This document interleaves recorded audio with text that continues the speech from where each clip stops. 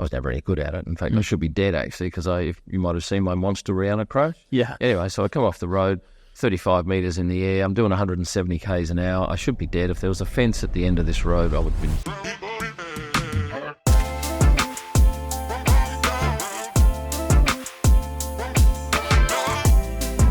I'm pretty bold. I was Australia's king of ambush marketing. So my brand name was everywhere. I would go to the Olympics and I'd get my logo in the Olympics telecast. The publisher said, "Oh, National Geographic, I bought it for Germany." I said, "Yeah, my car pics are okay, but you don't make money out of car pics." Right. Well, aren't interested in car pics. Despite what a lot of photographers think, you'll be looking this way and then you'll see a driver come out and they'll run and you'll go, right, you got to grab a camera, get it up, and you got that. So you get a second. Every race, something happens. Normally, something positive, a couple of negative things, but Yeah. I make mistakes. Like recently,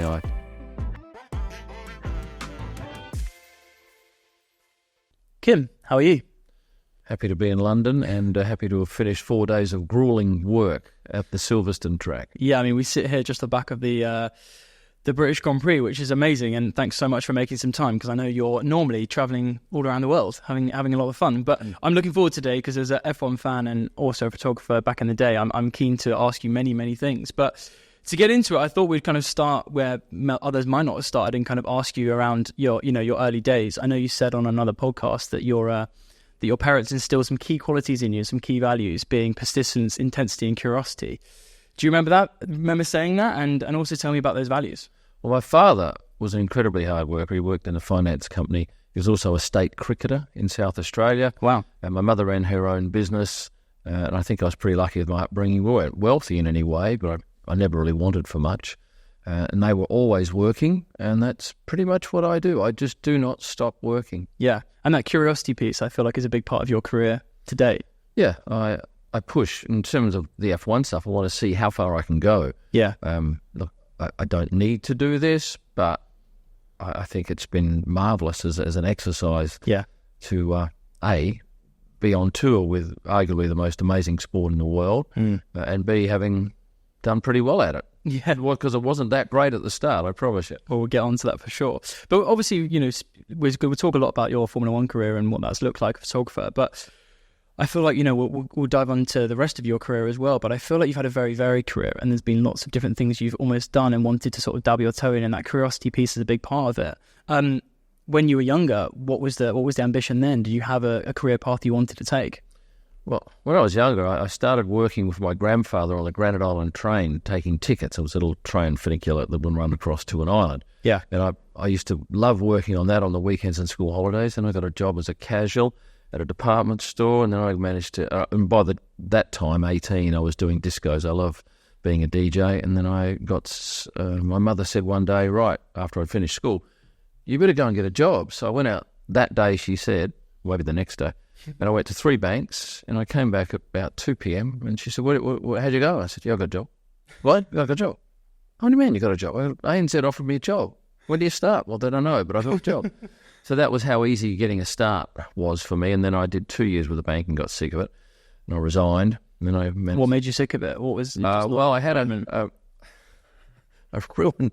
Well, it was a love interest in the bank. Right, okay. Myself and this young lady, and then she was friendly with me, and then she was, and then she was on again and off again. I thought, that small country town, you can't be doing that. So I went back to Adelaide, got myself a job on radio, which is something I'd always wanted to do. Went to Darwin, did 5 years, worked my way up from midnight to dawn to breakfast announcer, which is the best you can get. Yeah. And then I got bored of Darwin's hectic life. It's a great young person's town. But the weather is hard work during the wet season. Then a friend said, come to Perth. And I thought, all right, I'll go into Perth. I have an interview with Sky Channel, which was just starting, which was a satellite broadcaster. Jagged a job as an audio engineer. Knew very little about it. Stayed there for 2 years, got transferred to their parent company, Channel 9. I was hopeless at it and eventually got sacked from that. And then I thought, right, I'll start my own business. Yeah. And I was on hold at American Express once, and I heard their promotional messages on hold. And I thought, yeah, I can do that. I can voice it, I can write it, I can sell it, invoice it, take the money. So I started that business, got one client first up, tax office, my very first This is in the 80s, right? Yeah. Yeah. And ended up at our peak having about 90 staff. Wow. Clients in most countries around the world. Then we scaled it back to about 40. It runs beautifully without me now. And so that left me with the opportunity to go and do what I like.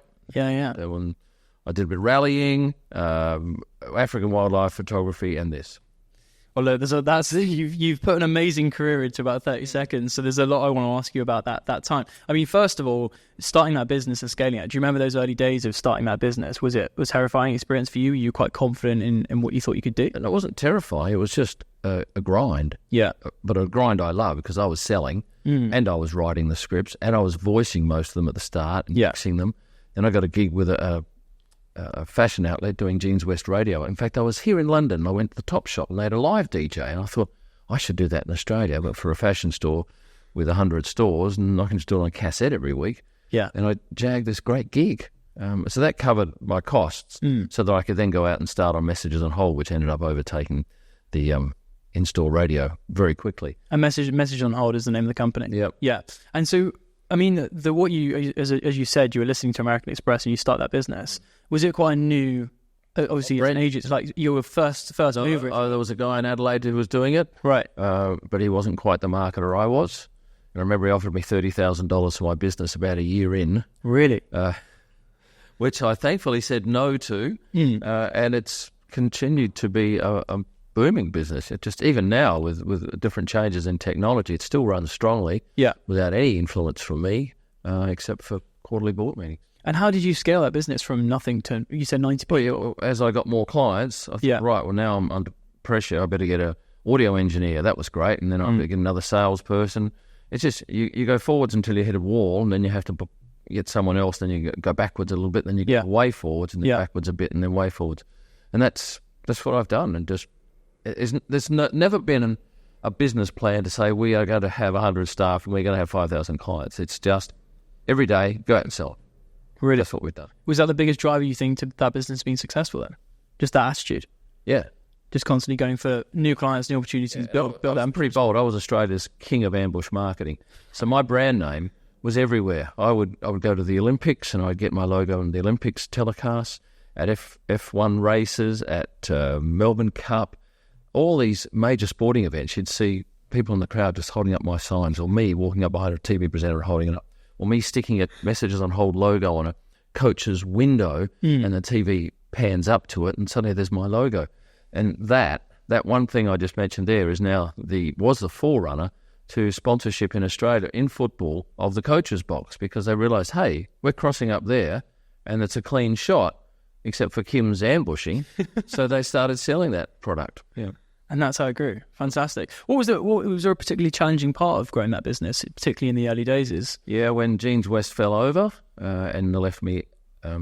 Jeans West, sorry, for those that don't. It was a company that was doing the install radio for me, and they were a big part in the early days, and it fell over and left me with some outstanding debt, but managed to work through that. Yeah. Then I had a guy who we employed as a financial controller. Right. And he was with us for a year, and he wasn't a financial controller. He had no qualifications whatsoever. He was just a turd, and he just didn't do any of the work. Right. And he managed to pull the wool over a lot of the staff's eyes and drove wedges between people, and he nearly brought us undone. We had a whole lot of tax stuff that hadn't been paid. Wow. There was several months. And that's the only time I can ever remember not being able to eat. I went to a restaurant in Newcastle. Yeah. And it was during this Newcastle, Bathurst. For the Bathurst 12-hour race, I had a car in that, and then I got the real understanding of how bad the situation was. And that's the first time I couldn't eat a meal. I sat down for dinner. I thought, I can't eat it. Really? And how did you get through that mentally on your side? Because there's stressful times, right? Just work a lot harder. Yeah. Sell a lot of stuff quickly. Yeah. Stuff that you didn't really need anyway. Make sure you don't do it again. Swear a lot. Sleepless nights. Used to get through it. It's no strategy. Yeah. Just don't give up. Yeah. A little bit of persistence from the early days. And some good people around me too. Really? Yeah. Exceptional people. I have had amazing staff my whole life. Do you find in those moments when, shit hits the fan a little bit, the great people really kind of come closer, if that makes sense? Do you really feel like they went around you? Oh, yeah. And, my general manager was mostly at fault about that, because she had been well hoodwinked by this guy. Right. And then it was only by luck that I found something out. And I did a bit of research. I rang the university. No, we don't have him. He never got a degree here.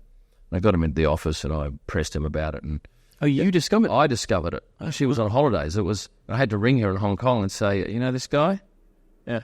He's not an accountant. What made you want to go and look into it, though? Did you like him? Oh, right. I did not like him one bit. So you just did a bit of... I just stepped aside because I thought, well, things were going well. Yeah. Going well because he wasn't doing any of our taxes. Damn. And the tax office were great. Yeah, they said, right, we understand that, and they helped us work through it. Yeah, fantastic. And so that business still exists today. Yeah. And so 40 years old, that business? Close to 82. What's that? Yeah, almost. Yeah, 42. 88. Oh, so 28 years old. Yeah. And still going strong with an amazing team. And how have you been able to move away from that? You know, is it all about management? Yeah. And some gentle pushing from my managers. Yeah. Because the company works better without me, and I didn't want to sell them all. Yeah, as you probably realise, in a business, you sell to get the thing going, and then you want to do the more interesting stuff, and you want to sell. Was it quite hard for you to take that initial step away from? Yeah, I always thought, no, they can't run without me. Yeah. There's no way that I can. Initially, I can't go play golf on a Wednesday. I'll be out of the office for half a day. That's not going to work. It worked fine. Yeah. Did you feel a bit trapped when you were in the midst of it? That makes sense. So you always... No, I just thought I was indispensable. Yeah. Clearly, I was quite dispensable. Fair enough. So in 2005, obviously, you still have that business. You decide to actually go into the world of motorsport yourself. Tell me about that decision. I don't know why. I decided I would. I bought a 911 Turbo. Yeah. And I thought, I'll go in this rally, which is limited to 130 k's an hour on the road, but it's a modest sort of section of a larger event. Yeah. And I won that, and that was a bit of fun. I thought, maybe I'll go and buy myself a rally car. So I did. I bought that, and I did a number of rallies. I was never any good at it. In fact, I should be dead, actually, because you might have seen my Monster Rihanna crash. Yeah. Anyway, so I come off the road, 35 metres in the air. I'm doing 170 k's an hour. I should be dead. If there was a fence at the end of this road, I would have been gone. Really? Went through a paddock. No cows in the paddock, thankfully. That would have been interesting. And got away with it scot-free. Yeah. And I've had a few other crashes, but nothing quite so spectacular as that. And then I got sick of it and sold the car. Did the crash make you get sick of it? No, I went and I think another 1 or 2 rallies after that. Fair enough. And so during that time, is that where you started to go into photography? When did the photography thing really pick up for you in these years? I'm assuming it's around that time. Well, I bought a house in a place called Instilled, 90 minutes north of Perth. Yeah. And it's a country town with 700 people, and there is nothing to do there. Right. So I built this big house on the beach, which is unbelievable. But I had nothing to do, and I would travel up there each weekend because I'd work during the week at the office. And I thought, I'll just take photos of the place and keep me busy. And I had a Canon camera, so I'd just go shooting. And then I thought, I'll put that up on social media. So I started a Lancel Facebook page and Instagram site. And then I thought, I'll start promoting the town, and I'd go and do all sorts of things. And then I'd sell sandboarding tours and quad bike tours through operators. And it's become a very nice little business. It pretty much runs itself. So I'd always photographed, but I was never a great photographer. And then my wife said, we're going to go to Africa, because she'd been itching for years to go on a safari. And I didn't want to do it. And she said, no, I booked us, all 4 of us, 2 kids and us 2. When's this, sorry? 20, guess in 2012. Oh, fine. And I thought, all right, I looked into it and said, we're not going to South Africa, we're going to get another flight to Kenya. And we booked a Kenyan safari, loved it. 8 weeks later, she and I went back again for another safari. 8 weeks later, another safari. 10 weeks later, another safari. And we thought, let's do a book. So I amassed photos for a book, and I spent 26 weeks there over 2.5 years with Tonya. It's a couple of times with the kids. Yeah. And we went to Chad, Botswana, South Africa, Kenya, Tanzania. Chad was the most amazing place, because you go out to this area called the Inedi Plateau, and there's no one there. Really? None of us. There's local tribes people and camels. And I think they probably get 500 tourists a year out there. And we were 2 of those. And it was a mind-boggler. It was probably the most amazing place that I will ever travel to. And the Australian government, of course, says, don't go to Chad. It's rife with drama and danger. And we went, and we lived through it. So I did the book through a British publisher, launched it here in London. And then at a book fair a few months later, I think it was, the publisher said, National Geographic have bought it for Germany. I said, my book? National Geographic? Yeah. That must be a crazy moment, considering you weren't taking it that seriously. Never going to get rich out of it. But it was just nice. Kudos to have someone of that nature, or company of that nature, take note. Yeah, that's where... That was the forerunner to me getting a gig in F1, because I don't think they would have given me any consideration if I just said, "Oh, I wouldn't mind photographing your sport." Oh, Formula One wouldn't. Yeah, no. So I applied through the media guy, and I sent him a package, and I said, "I think I can do this for your sport. Here's a book, and here's a few other things." And who are you applying to? Sorry, to go FIA. FIA. Yeah. Yeah, because they are the people that accredit most of the photographers at the track. Yeah. And he came back and said, "Yeah, look, we'll credit you for testing." So I went and did testing in Barcelona. And this is like 2017? Yeah, 2017 testing. Because in 2016, I'd been to Abu Dhabi and I paid the money to go with Red Bull. Right. So I'm in the garage, I'm listening to Daniel Ricciardo, I've got the headphones on, it's all nice. So this is as a guest, basically. Yeah. And I thought, well, this is really cool, listening to Daniel talk to his engineer right in the heart of it. I'm not sitting in the grandstand watching him whiz by. Yeah. And that's when I thought, yeah, I'd like to photograph this sport. Yeah. And I did. What was it about that kind of first experience for you that really stood out? Was it just the energy of it, the excitement of it all, the attention to detail? I think it was the close proximity. Yeah. That it was very personal. And look, I knew Daniel's father because I already had a chat with him in Perth. And I loved Daniel for what he was doing for the sport. And occasionally I'd watched a number of races, not all of them, but I'd watched them for Daniel's involvement, I guess. Yeah. Fellow Australian, comes from Perth, went to the same school as my kids. So I had a little connection there. Yeah. And that's what got me started. And why did you, after obviously going to that race, applying to the FIA, did you think there was a chance you would get in, if that makes sense? Were you quite confident? There was a chance. Yeah. But I didn't know whether I'd get invited. Because initially I thought, well, maybe if I only get testing, maybe that might sate my appetite. I got testing. And I said, well, how about I apply for Australia because it's the first race? And he said, yeah, well, I'll credit you for that. I thought, that's great. So I go along. And there was a guy that I'd paid to tell me a bit about how to become an F1 photographer. Right. And he was one, and he lived in Perth. And so he gave me some good insight. And he said, well, if you want, you can follow me around at that race. Wow. So I did that. And on the Saturday... On the Friday, I'd seen a photo a guy took from the paper, and it was stunning. There was lots of spark. It was at turn 6. And I said, where's that? And he goes, turn 6, they only do it on the first couple of laps. It's only these two cars. Okay. Shoot at a 60th and sit and go in that spot. That's crazy knowledge. So I got the recipe. Yeah. Once you got the recipe, you can take the shot. Yeah. Admittedly, you got to hold the camera still. That's, for a novice, that's tough. Now, bear in mind, I'd never done any car photography. Yeah. Ever. Oh, really? Yeah. And suddenly I'm shooting Formula One. Wow. But I'm a good marketer, and that's what I think F1 liked, that I was different. So I'm not going in there and trying to pinch someone else's client list because they're all shooting car shots, and they're the best, whereas I had no idea.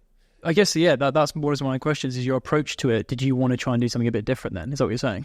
Just wanted to photograph it. I just thought this might be fun. Yeah. And I thought I could help promote the sport. But that Saturday, after the guy told me about that shot, I got the shot I wanted, and it was stunning. Max saw the picture, asked for a copy, and I got him to sign one for me as well. Insane. And so I started and at Australia, and 2 races later, third race, I'm standing in the media centre, and one of the photographers who knows the guy that I paid to give me a bit of background, he's having a chat with someone else who can't help him. He was looking for a photographer, and then I said after the chat, can I help you? And he goes, yeah, do you want to shoot for us? Yeah, all right, how much? This much? Yeah, all right. That's how I got a gig. And that was it? Yeah. Fantastic. So did you, from that point when that was all happening, were you like, I want to be in this full time? This is the only thing I want to focus on? No, because I did the whole season full time, and I quite loved it. 2017? Yeah. And then for the next year, and because you do all races, in fact, if you do 14, you get a permanent pass. So 14 a year? If you do, 14 in 2017, you get a permanent pass. So you don't have to apply for any races. You've got the right to turn up at any race, any or all races. Ah. And that's pretty valuable. And my son's going to get that this year. He's going to do 14. As a photographer? Yeah, he's shooting. He's very good too. He surprised the hell out of me. Sometimes he embarrasses me. But he's not quite as hard a worker as I am. Fair enough. He tends to go to sleep a lot quicker at the end of the day than I do because he's young and he needs to sleep. But that second year, I thought, I'll do a handful of races. So I won't apply with Suttons again. I don't want to say, I'll come and shoot for you, doing percentage of the races. Then I did 3 or 4. I thought, I'll keep doing more. In the end, I did all but 3. And the ones I didn't do were just ridiculously far away, like Canada from Australia is a nightmare. Yeah. And then the next year, I think I only missed one. It was 2019. And then I haven't missed one, except for 2020 when no one could go, except for about 20 photographers.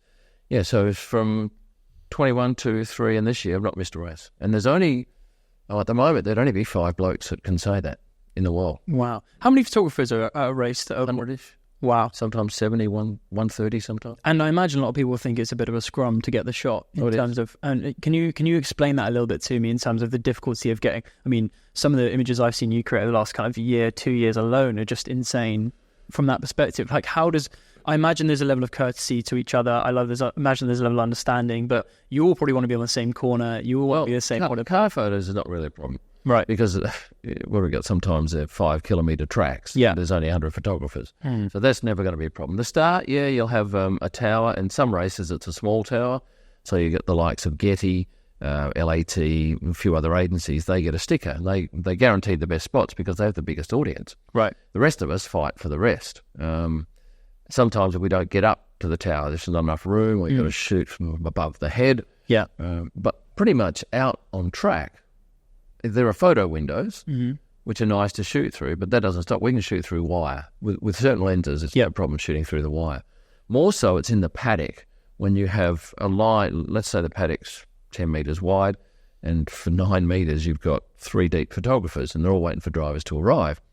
And then when someone like a Lewis comes in, everyone's walking backwards and scrumming around him, and it's ugly. And even worse is after a race or after a championship down in pit lane, when there might be 30 photographers and the team sits around here and the driver's in the middle, and then he sprays the champagne, then everyone rushes in, and it's dangerous. Blokes come out with cuts on their nose, really? TV camera batteries. Yeah, and if you fall, it's nasty. Yeah. Has that ever happened to you? No, I haven't fallen. You've always been on. No, but I've got it. You got to have your elbows out, and I'm 6'1" and I'm my size, so I don't tend to get pushed around a lot. But there's a couple of small guys. I think you should not be in here. So, what does a race weekend look like for you? And how do you? Obviously, how many races have you done? Over 100, right? Yeah. So over that time, you must have it kind of pretty well mapped out. What do you look for in kind of setting up your race weekend? You know, do you have the same structure each time, or are you looking for variety? There's both. So we arrive normally in a city on a Wednesday. Yeah. Sometimes I go to the track in the afternoon and get my lock and stuff all sorted in the media centre, because you can get a locker, you can get a tabard, and sort all that out early. Thursday you'll do driver arrivals for probably 4 hours, and then you'll come back and edit, and then you'll go out and do press conferences and stuff that's happening in the paddock, and you'll come back and edit, and you're going to do some more stuff, and you come back and edit, and then you go home. So that's a typical day. You're just looking for I'm looking for interesting stories. Friday, you've got 2 sessions, so you do driver arrivals, editing first session, editing second session, editing maybe a bit of stuff at the end of the day. Saturday's much the same, except we'll come back early. I rarely am out on track for Q3, which is the third of the 3 qualifying sessions, which is about 12 minutes. I'm always standing in a corridor waiting to go out and get the Parc Fermé shots. That's when the top 3 drivers come back, because that's the money shots. People don't... my car picks are okay, but you don't make money out of car picks. Right. People aren't interested in car picks, despite what a lot of photographers think.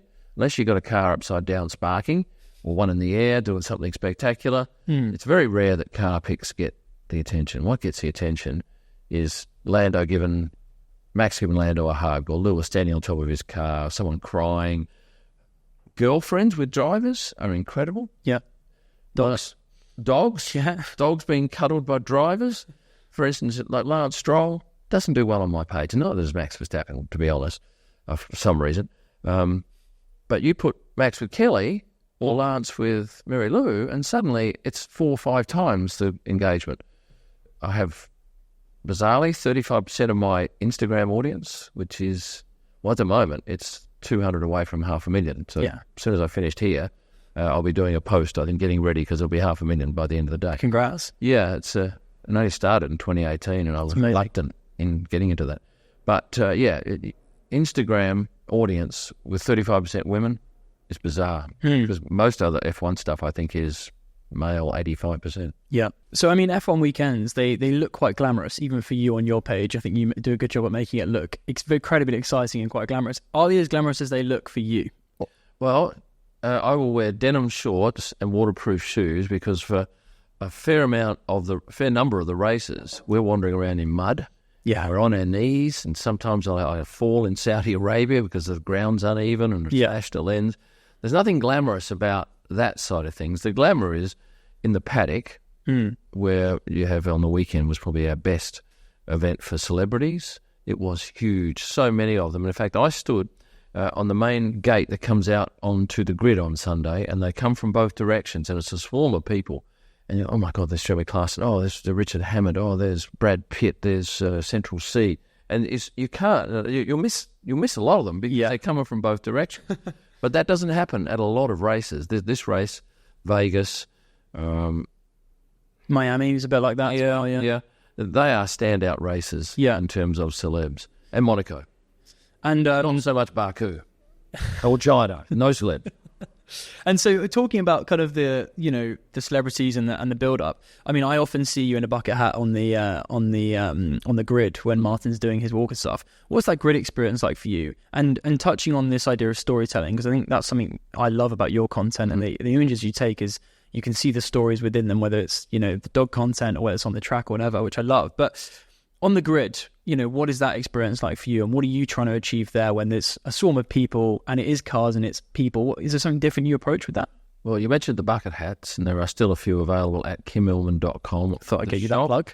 And that was something I didn't think we'd sell too many. I thought I would store to 50. Well, we sold 100 quickly and then another 100. Wow. But the hat actually stands me out in the crowd, and a lot of people look for me on the telecast.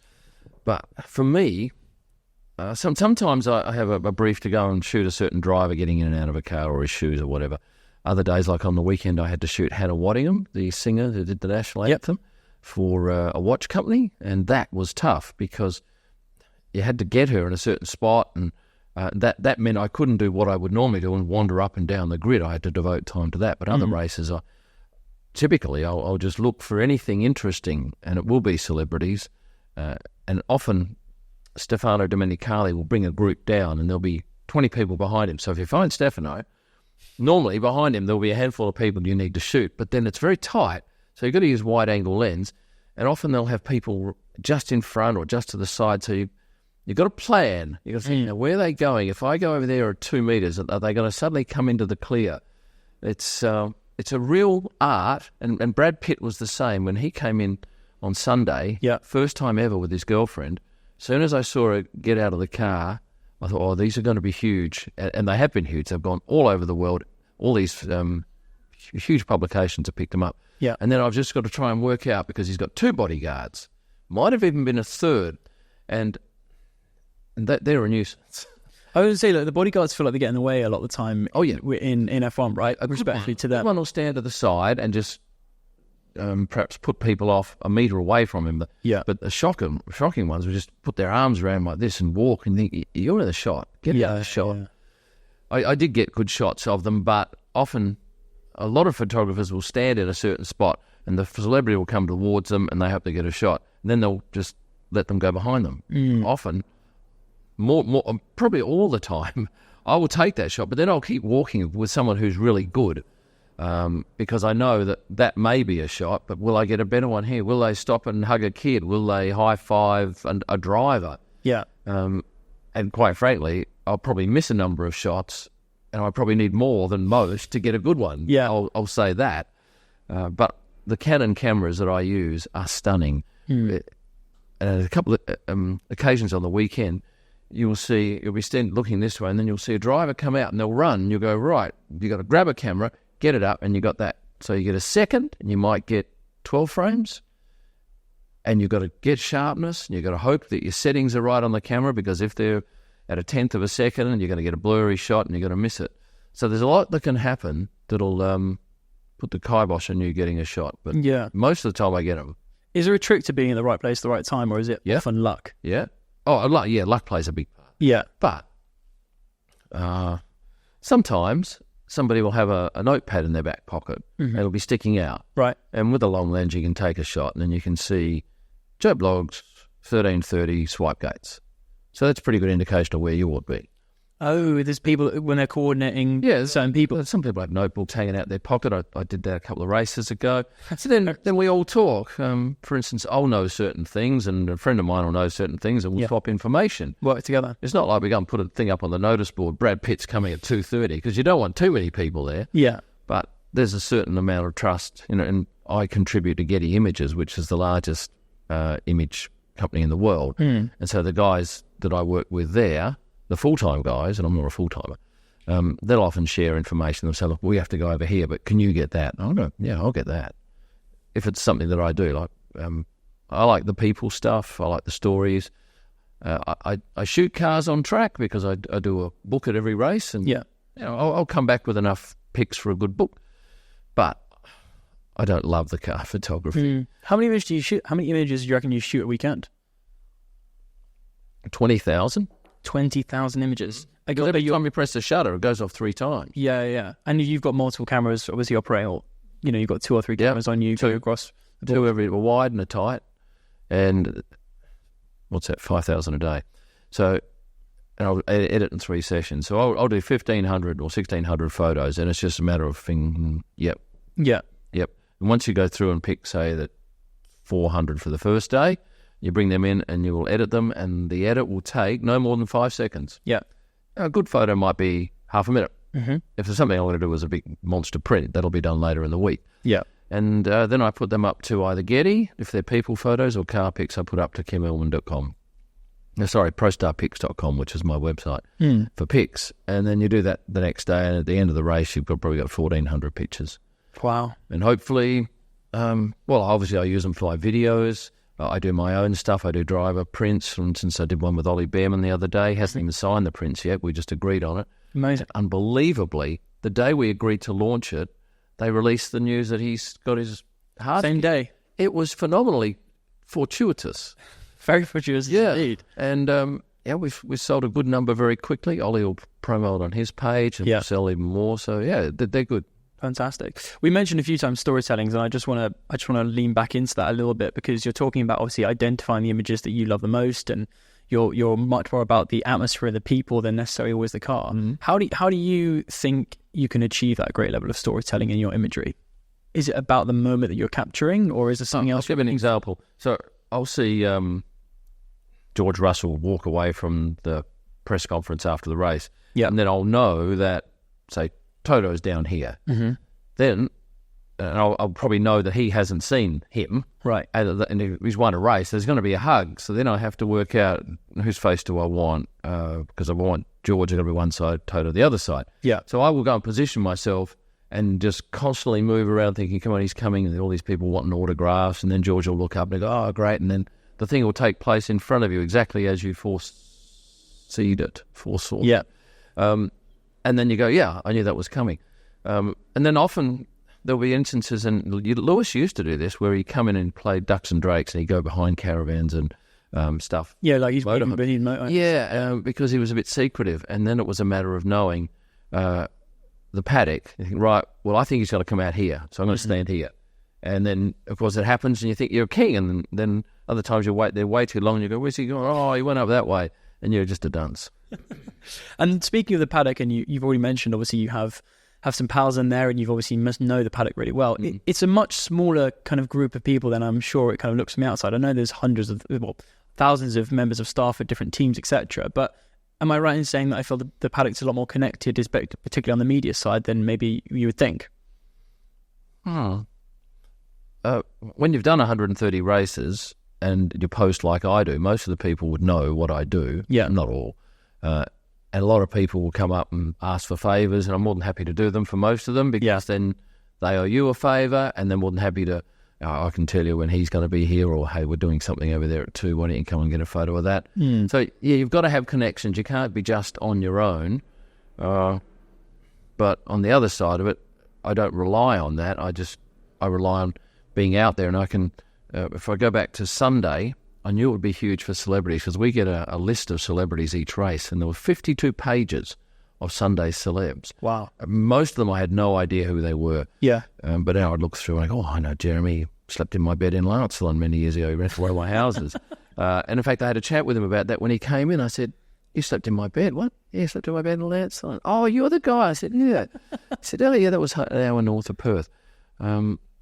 But with the celebrity side of things, I would normally go out and do the driver's parade at 1 p.m, 2 hours before the start. And I thought, no, I'll send my son out there because they're boring pictures anyway. They're just drivers making out they're interested in the fans. And all they're doing is talking to their mates on the bus. And It's starting to look like that more and more. Yeah, and then I stand at the entry knowing that there might be 3 photographers there instead of 40. And in comes Brad, in comes Jeremy, all these people. And I go, wow. If I'd have been out there getting some average pictures of drivers, I wouldn't have been getting the stuff that I'm getting, which is gold. And leaning onto the stuff that is gold, is there a favourite photo that you've taken? Is there one photo that just for you is the standout, or does it go back to that first one of Max? Yeah, that's a nice photo, but my favourite photo would be Daniel coming onto the grid in Hockenheim. We're standing in the middle of the track, and he comes directly towards me. It's wet, so you can see the water spraying off the tyres. You know he's moving. Yeah. Max is in the background. There's a grandstand beautifully out of focus, and it's super sharp. And when I posted that, and when Daniel posted, and I gave that to him to post, people just couldn't believe it. How is that photo taken? Is the photographer on the track? He must be in danger. Looks like a thing from a video game. Yeah. But yeah, I was on the track. And so I like that because that's a very hard photo to get. You need so many things to work, and they rarely work. Yeah. Like that. And that seems like a lot of the case with a lot of photos every weekend. Is it all coming together, right? Yeah. And often I'll think, all right, I'm going to go and take this shot. I can see it in my mind, and someone will walk in front, or they'll have, case in point, I love shooting through the Armco barriers because you get very low and they've got a gap of, I don't know, whatever that is, 8 centimetres. And you can take a photo through there. It's slightly darker top and bottom, but like one year in Bahrain, I knew this shot and it was stunning. So I go back the next year and I'm going to invest the first half of the session in that. And I get there and then someone put some signage over there. And I think, oh, can I cut a hole in that? No, you can't cut a hole in that. So that's my shot gone. But I did a shot on the weekend in Silverstone where it was when the cars come into pit lane. And previously they've had signage along the whole barrier. But for some reason, the last metre had no signage, so I could shoot through the gap. And the photos were stunning because we had beautiful light. It was a low camera angle where you could see bluish sky in the background. And those sort of factors coming together created a lovely shot. Insane. I saw a few of them. They looked incredible from the weekend. You mentioned your son, who's obviously now doing something similar to you. What is he? How many years has he been doing it? First of all, is he relatively fresh? Yeah, he started doing a handful of races last year. Yeah, and now he's doing this year. And I managed to get him accredited with Getty on my account, so he now sees his name in the Times and in the New York Post and Wall Street Journal, which is a huge buzz. Yeah, it was a huge buzz for me. Yeah, let alone for a 22-year-old. And this was the loveliest thing as a dad. We're on Saturday, Thursday, Friday. I can't remember what day of the race. All blends into one. Yeah, I said, Brad's in there because someone told me he's in there, right? He's going to come out. You stay there. I've got to go and do like all this other stuff. You stay there and you watch that door. You don't move. You watch that door. And about 50 minutes goes by and I get this message. Can you come and look after this spot? I've got to go and upload my pictures, which he should be able to do from his camera, but he forgot something. So I'm thinking, all right, I can't wait to see what he got. Well, he got the most stunning shot of Brad in his race gear, waving at him. Wow. Yeah, and that is rare. And then I got a shot the next day, exactly the same, but in casual gear, and he waved at me. Insane. I don't know why. I don't ask the question, but I am friends with Jared Land, who is a mate of Brad's, and Jared runs ran Red cameras, and I've had lunch with him a couple of times, and maybe Jared said something, or maybe Brad just waves at photographers. Yeah, it's a good PR thing to do at this time. I guess because they're doing film at the moment as well, like this leaning into everything, right? That's what's important. With your son, do you feel that obviously, my question to you, I guess, at this stage isn't necessarily just him, but also with what you do now and what you've learned over 130 races and what you learned doing the wildlife stuff, is it pure talent or is a lot of this teachable kind of action? So with your son, do you think that he's got that kind of core talent to do what you're doing and at the level you are, or is a lot of it you can teach him that? you have to have an understanding of the camera, because that's as important as the eye. Look, I can take a great photo if I know what the photo is. My challenge is working out where the photo is. Right. And there's a few spots, like the one I told you about from Silverstone on Sunday or Saturday, that I guaranteed I'll get that. If everything's the same and the opportunity is there, I'll get that shot and I'll nail it. And it's stunning. Yeah. Same with Monaco coming out of the tunnel. I know that. But then I look at other photographers like Lars Barron in Imola. He goes outside the track where the flags are for out and centre, and he finds a gap in those flags, and he takes a panning shot of a car through the wire and all around of the flags. And it's a stunning photo. Now, I didn't see that photo. I did not foresee that was a shot. Yeah. And that's where his talent comes into it. Same with all the great Getty photographers. They can see stuff that I can't. So that's my challenge. And Jace would be, he'd be a little more lax in that skill. Yeah. So he's got a lot to learn. But, I threw him in the deep end and I pretty much said, off you go. And then he'd come back and go, oh, that's good. That's good. Yeah. That's good. So he surprised me. That's great. I mean, that's great to hear. And for you, do you remember a race that was particularly challenging? Have you had one of those races where, a bit like the drivers, they say that was a bad weekend? Have you experienced that? I mean, 130 races. Yeah. There must have been some times. Immediately, there was the Thursday of the 2017 Bahrain GP. It was 44 degrees. You couldn't pick your camera up. It was just so hot. Yeah. That was ugly. Qatar, the race, ugly. I understand acutely how those drivers felt, but it was an awful experience to shoot. Thankfully, I have access to the Paddock Club, so I ended up going up there and shooting from the balcony some top-down shots. With the aircon? Well, a bit of it comes out, but I was so close to getting that world record pit stop. I got the one before Orlando's, but not the second one, which he set the record. Others, no, there'd be others, and certainly, I think if I had 5 or 6 lousy days in a row, I could easily just throw the whole thing in. But really? I've never had any more than 1 or 2. And I guess for you, with sometimes things just don't go your way. It's about getting used to that, right? In those environments where you're in the wrong place, wrong time, or something happens at the race or whatever, you can't necessarily just sit and dwell on it, right? Oh yeah, look, anything that happens on track, there's a huge element of luck. And when I get a great shot of a crash, people go, "Oh, you're always there at the crashes." I think, no, I just put up the crash pictures when I'm there. There's lots that I don't get. Yeah.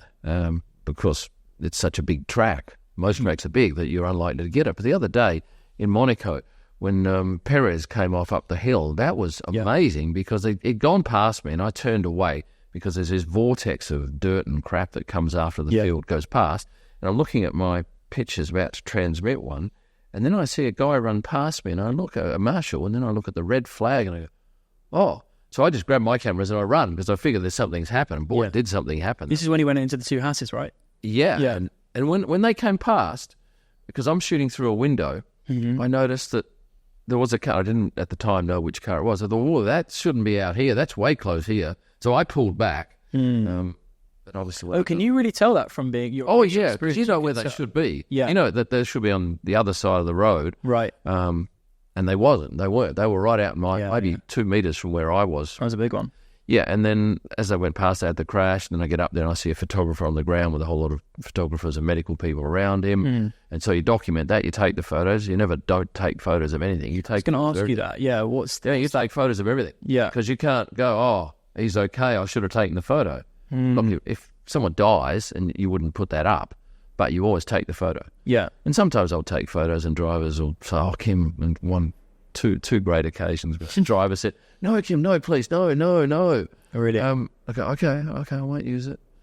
Well, I guess there's a lot of trust with, obviously, the drivers as well, and right? They know me. Yeah. Most of them know me, and they know that the stuff I take can be up within 3 minutes on social media. Because the speed side, you can transmit from camera straight up, right? So you must have seen Grosjean's crash. No, 2020, COVID. Of course. But for you, some of the bigger crashes that happened. Joe. At Silverstone last year? Yep. Yeah, I mean, was that last year or the year prior? It was last year. Yeah, one of the two. But for you, that sort of period of time, I guess, when those crashes happen, when there's incidents, when things aren't going right at the track, what's that like for you in terms of, are you just still focused on your job? Oh, I'm just, what am I missing here? What's the detail that people want to know? Yeah. There's a shoe over there. Great, I'll take that. because I'll do a video on it afterwards, and my YouTube stuff is my focus at the moment because it's such a rapidly growing thing. So I'm looking for detail. I'm documenting people running, ambulances, George running across the gravel. Yeah, it's a real high adrenaline thing. You don't want to get in anyone's way, and often you're using long lenses because you don't want to be up in someone's face. Of course. And people involved in that situation aren't looking who's 30, 40 metres away taking photos, because every photographer there is taking photos. Every person in the stand's taking a photo. So you're just everyone's documenting it. Yeah. And for you, for thinking about the future and what you want to do within the sport and where that's going to go, what's your ambition now? It's to see how far we can push YouTube. Yeah. There's a lot of stuff happening now where people will contact me wanting to do collaborations. Greater Airways, we're doing a thing where I'm going to do a travel video, because I do a travel video every time I go from race to race. Yeah. And they've said, look, we love your stuff. And that came about from last year in Las Vegas. It was funny. The marketing manager said, I follow your stuff. I'm out on the grid taking photos. We follow your stuff on social. We love it. And, I said, great. And he said, I'm the marketing manager for Qatar Airways. Okay, right, okay. Wow. He said, well, we should do something together. Yeah, we should. That's what we left it. But we are doing something together. And that will mean that I'll get, I imagine, better access on a flight so I can see stuff and report on it that perhaps, that I definitely wouldn't be having access to if it was just me filming a travel video. Yeah. But then there's car companies are coming to me now. We'd like to do deals with you for your drivers drove video. So every race, something happens. Normally, something positive, a couple of negative things, but we make I make mistakes. Like recently, I put a picture up I shouldn't have. I didn't put it up. One of my guys did. From a race? Yeah, I shouldn't. We shouldn't have put it up because I agreed that I wouldn't put it up, and he didn't know that, and there was a cock up, and it was up there for 40 minutes before I took it down. Is this of a driver, sorry? Well, it's of something that I shouldn't have put up. It was a detail that should not have been let out. But fine. I got to it, and I think I put the fire out. Yeah. But those situations happen, right? That happens, yeah. If someone sat listening to this and they want to be living the life of Kym and traveling around the world and what looks like having a very easy time, but I know it's very, very intense and very stressful. What do you think, what would your advice be to those people that want to work in, let's say it's Formula One or other motorsports or any sports at the level you are? What's your biggest bit of advice? If they want to do what I do, well, they should do 40 years in another industry, amass some funds behind you, because it is very expensive to do until you get to a certain point, and then hope that someone takes pity on you at the FIA. That's what people don't want to hear, but that's what's happened to me. Most people want, I'd like to do what you do. How can I get a job? Well, there would be, I'm guessing, for jobs for photographers in agencies, maybe 10. Mm-hmm. If you're one of the 10 best in the world, or you're good and you've got a job, most people say, I'm at school, I want to do what you do. So, well, you've got to do a whole lot back here before you get anywhere near this. You got, I imagine, start in smaller series and work your way up, but pretty much you just got to be known by the right people. Is it about being consistently in the industry? I think it is. And look, I never thought, hey, I'm going to go and do collaborations with Qatar Airways when I first started this. Yeah, it's just what happens when you're out there all the time, just constantly publishing content as I do and telling stories. It works, but most people today, they want instant gratification. I want to start doing it. Well, for a start, you've got to have a lot of camera kit. If you're going to be a freelancer like me, you'll need insurance, you'll need travel, and you have to pay for all that yourself to start off with, right? Yeah. Because people might think that you get. Do you work for F1? No, no one works for F1 in terms of photography. No. F1 has a contract that they put out to a company to provide them with images, but they don't employ 10 photographers. No. They have a contract, and they can change that contract next year if they want. Teams need photographers and social media people, but certainly you would not want to be based in Australia. You have no chance if you're based in Australia. You've got to be in Britain, you've got to be in Europe. Yeah. If you're French, well, you might have a better chance with Alpine. If you're an American, maybe you've got a chance with Haas. I don't know. And I was going to ask you that. The travel side for you must be a lot. You traveling around all the time. Yeah. Are you ever back home? Yeah, I go. Well, the start of this year was good because we had 4 standalones, and they were on the Southern Hemisphere, so I could go home after each of those races. Nice and easy, fantastic. Final question for me is what should we look out for from you in the coming weeks and months? You've mentioned a few possible collaborations coming up, but is there anything else that we should look out for? Just videos I haven't even thought of yet. I did one this morning where I react to the trailer for the Brad Pitt movie, which I now have to go and do half again because the microphone didn't work on some of them. Even to you that happened. That's good. Oh, it's horrendous. And I don't mind doing the work, but I don't like doing it twice because I don't know if it's better or worse the second time. Just lots of videos. Look, I tend to change things all the time. Yeah. At some point, I never realised I do driver sign pics, and then I do those, and that's great. And then at some point, I didn't realise I would do YouTube, but my oldest son said you have to do it, and yeah, I do it. And I found I didn't think I could give it to someone else to edit, and now I can't edit myself. I can't be bothered. It's interesting. So, yeah, it's whatever I think now is almost certainly prone to change. Yeah.